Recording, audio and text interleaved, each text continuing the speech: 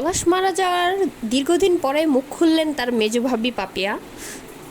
তিনি তার একটা পোস্টের মাধ্যমে জানিয়েছেন যে কিছু পেজ, ইউটিউব চ্যানেল, কিছু মেয়েদের গ্রুপ শুধুমাত্র ভিউয়ার আর ফলোয়ারের জন্য আমার দেবরের মতো ছোট ভাইকে নিয়ে আমার সাথে মিথ্যা গুজব রটিয়েছে। পলাশের বউ তো 1 ঘন্টা 32 মিনিট লাইভে এসে ইন্টারভিউ দিয়েছে। কই, সে তো এমন কথা বলেনি। কোথাও কি বলেছে যে পলাশকে আমাকে নিয়ে কিছু এমনি কি কোনো ইঙ্গিত দিয়েছে? তাহলে আপনারা কেন নোংরা মন মানসিকতার পরিচয় দিচ্ছেন এসব বলে? আমি যে পোস্ট দিয়েছি সেটা তো নিয়ে আপনারা যা বলেছেন তাতে আমার কোনো আক্ষেপ নেই। পোস্টে আমি যা বলেছি তা নিজের কানে শুনেছি আর নিজের চোখে যা দেখেছি সেটাই একটা পোস্টের মাধ্যমে সবার সাথে মনোভাব প্রকাশ করেছি। তো আপনারা আমার পোস্ট নিয়ে অনেক কমেন্ট করেছেন। বেশিরভাগ কমেন্ট ছিল আমি কেন আমার শাশুড়িকে রাখিনি। আমি ভাবছি যে পলাশের দশা শ্রাদ্ধ অনুষ্ঠান গেলে আমি এই ব্যাপারে কিছু লিখব। তো জানি তাতেও মতবিরোধ থাকবে, তাও ভাবছি যেটা হয়েছে বলবো। কিন্তু এসবের ভিতর কী সব নিউজ ছড়াতে লাগলো। আপনারা আমাদের শোকে হাজার গুণ আরও বাড়িয়ে দিলেন আপনাদের নোংরা চিন্তাভাবনার মাধ্যমে। আচ্ছা, আপনারা এই ভিউ দিয়ে টাকা ইনকাম করে তো পরিবারকেই খাওয়াবেন। একজন মৃত ব্যক্তিকে নিয়ে এভাবে মিথ্যা গুজব দিয়ে টাকা পয়সা ইনকাম করে পরিবারকে চালালে শান্তি পাবেন, সুস্থ থাকবেন? উপরওয়ালাও কি এই ভয় নেই আপনাদের? আমরা পরিবারের লোক, আমরা বেশি জানি কি ঘটেছে, সত্যটা কতটুকু। আপনারা কি জানেন?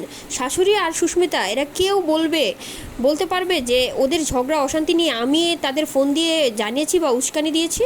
তাহলে আপনারা কিভাবে বলছেন দেবরের বিয়েতে কোন বৌদি না নাচবে? হ্যাঁ, আপনাদের সাথে যদি আপনাদের দেবরের দাকুমরা সম্পর্ক হয় তাহলে আপনারা এরকম নাও করতে পারেন। আর আপনাদের অসুস্থ মন মানসিকতার জন্য আপনারা এটা স্বাভাবিকভাবে নিতে পারছেন না। কিন্তু এটা কি স্বাভাবিক নয় যে আমরা এই দেবরের বিয়েতে আমি দেবরের সাথে নাচতে পারি?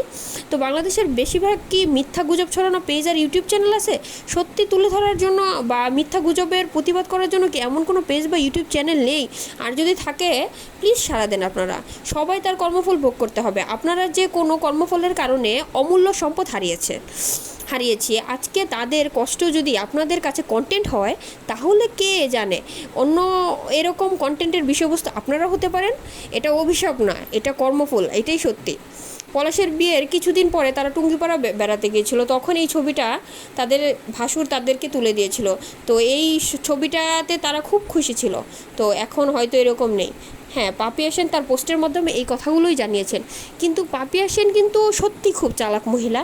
সে কি কখনো তার বলেছে যত কিছু লেখলো, কিন্তু সে তো কখনোই লেখলো না যে কেন তার শাশুড়ি তাদের সাথে ছিল না, কেনই বা তাদের শাশুড়ি শুধুমাত্র সুস্মিতা আর পলাশের সাথেই থাকবে। তো এত ঝামেলার পর কি তারা কি পারতো না তাদের শাশুড়িকে তাদের কাছে নিয়ে রাখতে? কই, এটা তো পাপিয়া সেন বললো না।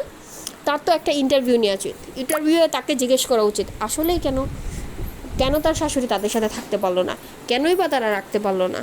হয়তো তো তার দোষ নেই, হ্যাঁ আমরা মানতে পারছি তার দোষ নেই, কিন্তু সে এত সুন্দর একটা ম্যারিড লাইফ স্পেন্ড করেছে। পলাশ আর সুস্মিতা কেন পারলো না? তাদের ক্ষেত্রে তার শাশুড়ি কেন স্যাক্রিফাইস করেছে আর পলাশ আর সুস্মিতার ক্ষেত্রে কেন পারলো না? এটাই আমাদের নেটিজেনদের প্রশ্ন। তো এই প্রশ্নটা পাপিয়া সেনের কাছে আমাদের থেকেই যাবে। তো ভিউয়ার্স, আপনাদের কি মতামত যে পাপিয়া সেন কি আসলেই কি সত্যি কথা বলছে?